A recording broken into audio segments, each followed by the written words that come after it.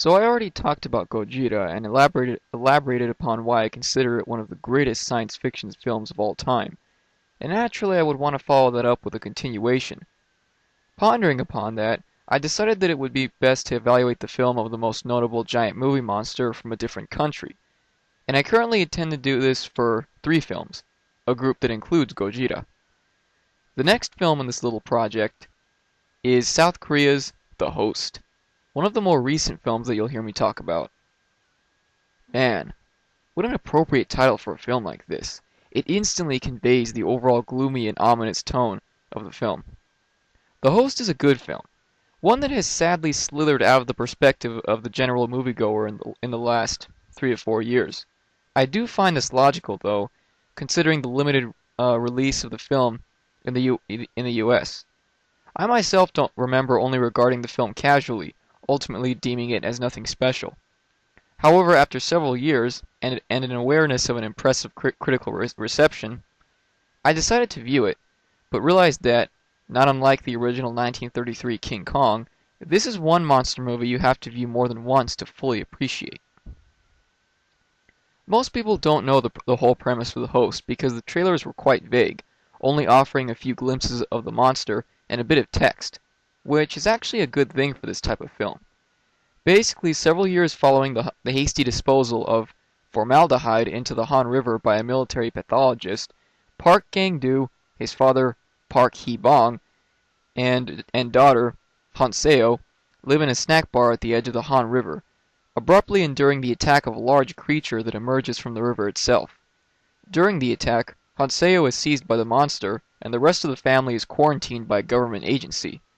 The duo is subsequently joined by Gang-doo's siblings, Nam-il and Nam-ju, and is not only informed of an intriguing development concerning the creature, but also learned that Hanseo is still alive, somewhere in the sewers. But who will believe them? This should be sufficient to show that this is not a typical story of monster mayhem. In fact, director Bong Joon-ho revealed in a DVD feature that this is not really a monster movie, but rather a kidnapping movie that relies on a monster for its premise. What I really like about this story is that for only about the 4th or 5th time, the monster attacks are treated with realism, much like Gojira. The attack is not really treated like a monster attack at all, but rather as an incident hazardous enough to merit a declaration of a state of emergency, which brings into play governmental actions and dissenters, and really sets the foundation for the overall theme of the film, which I'll get to shortly. Another thing that makes The Host unique is its central characters, who essentially compose a dysfunctional family. Evidently, this is a group of relatives whose relationships have diminished over time, and they are now suddenly forced together by this incident, and need to cooperate to save the apparently beloved Hanseo.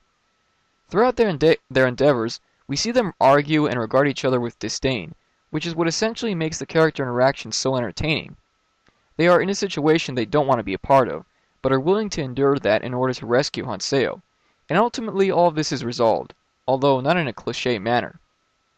It might disappoint some people who expect a ponderous load of monster action, but this is, at heart, a film that is not about the incident, but about how everyone responds to the incident, making it inevitably focused on the humans. Much like Gojira, this is a smart film that indeed does demonstrate social relevance.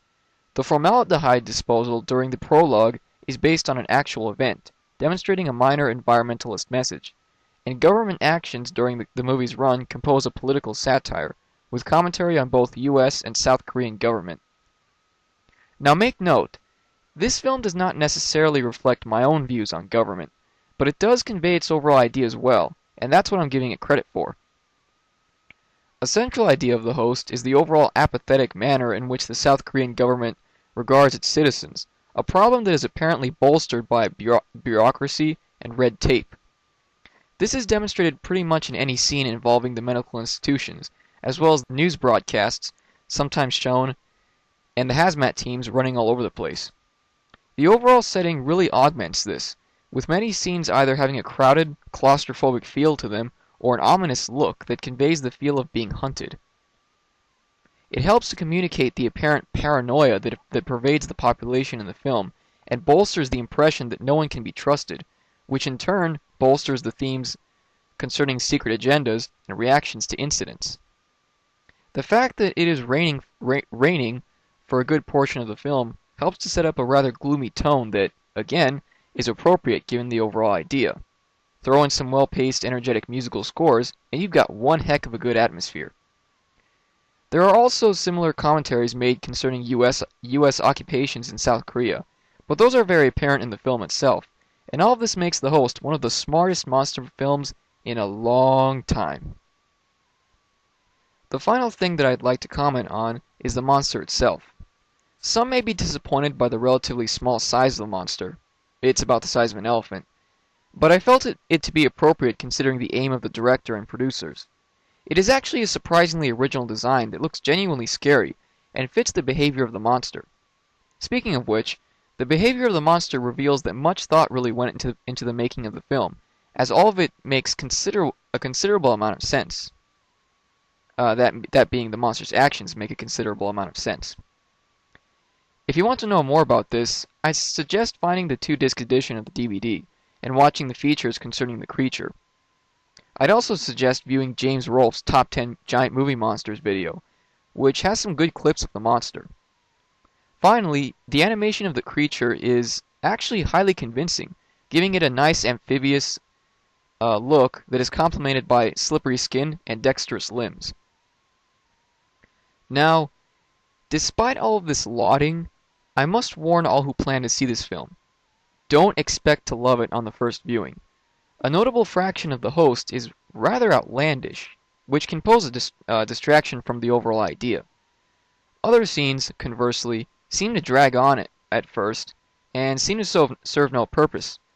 It takes a few viewings to become accustomed to The Host because it is so drastically different from other monster films, and some things, like the sequences with gore, I still find unsettling.